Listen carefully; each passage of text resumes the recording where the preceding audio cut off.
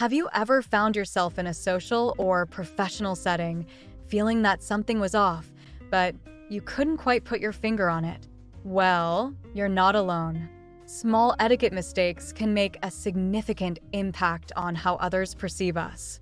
Let's dive into 10 common etiquette mistakes you might be making daily and how to fix them. Number 10 you wouldn't expect. Trust me, addressing these issues can make a significant difference. 1. Avoiding eye contact. Eye contact is a fundamental part of meaningful communication.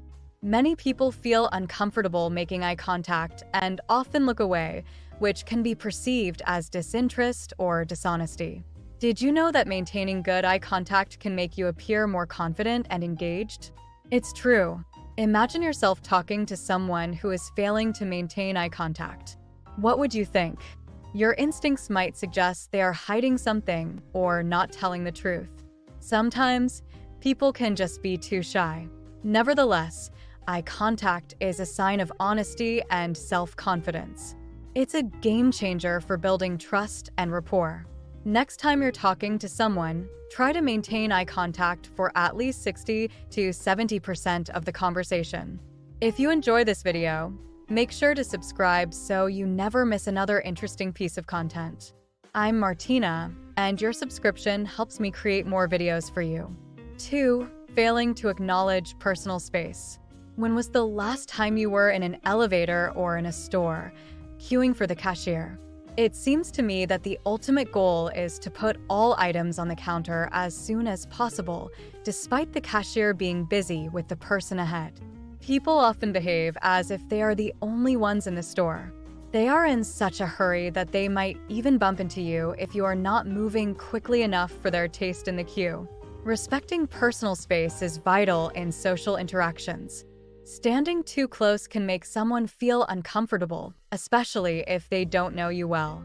Pay attention to body language and maintain a respectful distance. This applies to all social interactions, not just in stores full of strangers. We are protective of our personal space and immediately feel uneasy if someone intrudes upon it. So, keep your distance at work as well as in casual settings. This shows you respect others' comfort zones and fosters positive interactions. 3. Being late without communicating. Being late is sometimes unavoidable, but failing to communicate it can worsen the situation. Respecting others' time is essential. If you know you're going to be late, a quick message or call goes a long way in maintaining trust and respect. Sometimes, it looks like you might just make it on time, but you're unsure. It is better to send a message saying, "I'm sorry, I might be a little bit late," and then show up on time, than to not communicate and let others wait. Some people are notoriously late. This can be frustrating for others who have planned their schedules accordingly and are left waiting. If you have such a person in your circle, please let me know in the comments how you handle it. Chronic lateness can be perceived as a lack of respect for others' time and may harm personal and professional relationships. It can also reflect poorly on one's reliability and organizational skills.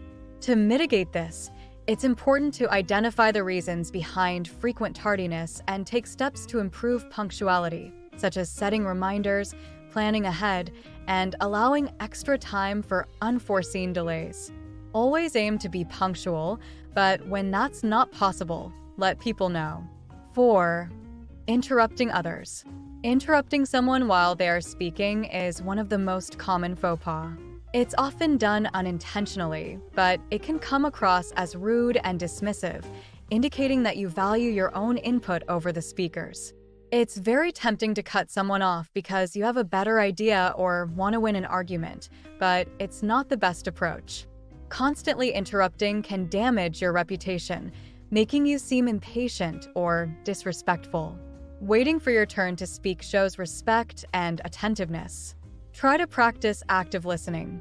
Nod along, give verbal acknowledgments like, "I see," or "That's interesting," but refrain from jumping in prematurely. By doing so, you show that you value what the other person has to say.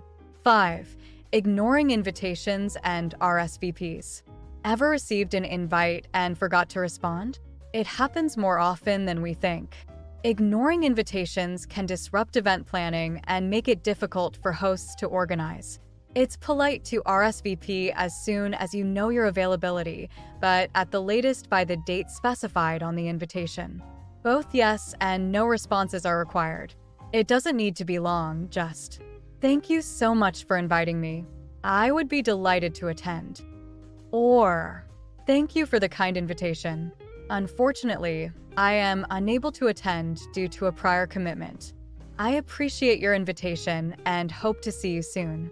A simple reply shows that you respect the effort someone has put into inviting you, whether you have confirmed or declined. If your plans change, notify the host immediately. 6. Not saying please and thank you. Manners play a crucial role in daily interactions, yet many forget the power of saying please and thank you. These simple words can turn a demand into a request and express genuine gratitude. Make it a habit to use these magic words in every appropriate interaction. You'll notice people are more willing and happy to help when they're acknowledged. I have observed situations where people, especially with children, might say something like, "Bring me the toy," without adding please, but then expect the child to ask, "Bring me the toy, please." This pattern often amuses me. It's a clear case of learning by example. Being rude never encourages others to be more polite. Instead, modeling politeness sets a positive tone for respectful communication. 7. Using your phone during meals. It's tempting to check your phone every few minutes, especially during meals, but doing so can be very disrespectful to those you're with. Being glued to your phone shows a lack of interest in your company and the ongoing conversation. Make a conscious effort to put your phone away. Engage with the people around you. It makes meals more enjoyable and meaningful. No phones at the family dinner table should be the rule set to the stone. Do you have such a rule in your family? 8. Failing to introduce people. Have you ever been at a gathering where you met someone new but didn't get introduced properly? It can be an awkward situation. For example, imagine you're at a dinner party and you meet a friend's colleague, but neither of you were formally introduced. It can lead to uncertainty about how to engage in conversation or what to talk about next. When introducing people, it's helpful to include a little context about each person. For instance, you might say, "Sarah, this is John. John works in marketing and shares your passion for hiking." This brief introduction provides a starting point for them to connect and initiate a conversation about their common interest. Properly introducing people to each other is a key social skill that can make everyone feel more comfortable and included. 9. Talking too loudly in public spaces. You can lose track of your surroundings deeply engaged in conversation, but talking too loudly in public spaces can be disruptive. Be mindful of your volume in places like cafes, public transport, or even the office. For instance, I recently visited a cafe where the people at the next table were speaking so loudly that my companions and I decided to finish our drinks quickly and leave. Being considerate of others' space ensures a more pleasant environment for everyone. If you need some tips for polished communication, check my video From Classless to Classy, 7 tips for polished communication. I'm sure you'll find inspiration and valuable advice there. 10. Neglecting personal hygiene. It might sound surprising, as many of us consider it obvious. Personal hygiene can impact both your social and professional life. It may seem basic, but it is sometimes overlooked. Imagine yourself gardening, and in the blink of an eye, you find yourself in the office with peeling nail polish and some dirt under your nails. This can quickly create a negative impression, overshadowing your professional appearance and attention to detail. Or imagine your hair looked fine in the evening, so you decide not to wash it.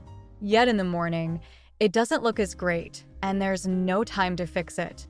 Such situations highlight the importance of maintaining consistent personal hygiene routines. Taking the extra time to ensure you're well-groomed can prevent these last-minute dilemmas and help you present yourself confidently in any setting. Regular grooming, fresh breath, and clean clothes are crucial for making a positive impression. These seemingly small habits can significantly influence how others perceive you and can impact your interactions and relationships. I hope you enjoyed today's video. I would love to see your comments. Please make sure to like and subscribe. See you at another one. Remember, stay classy. Manners matters.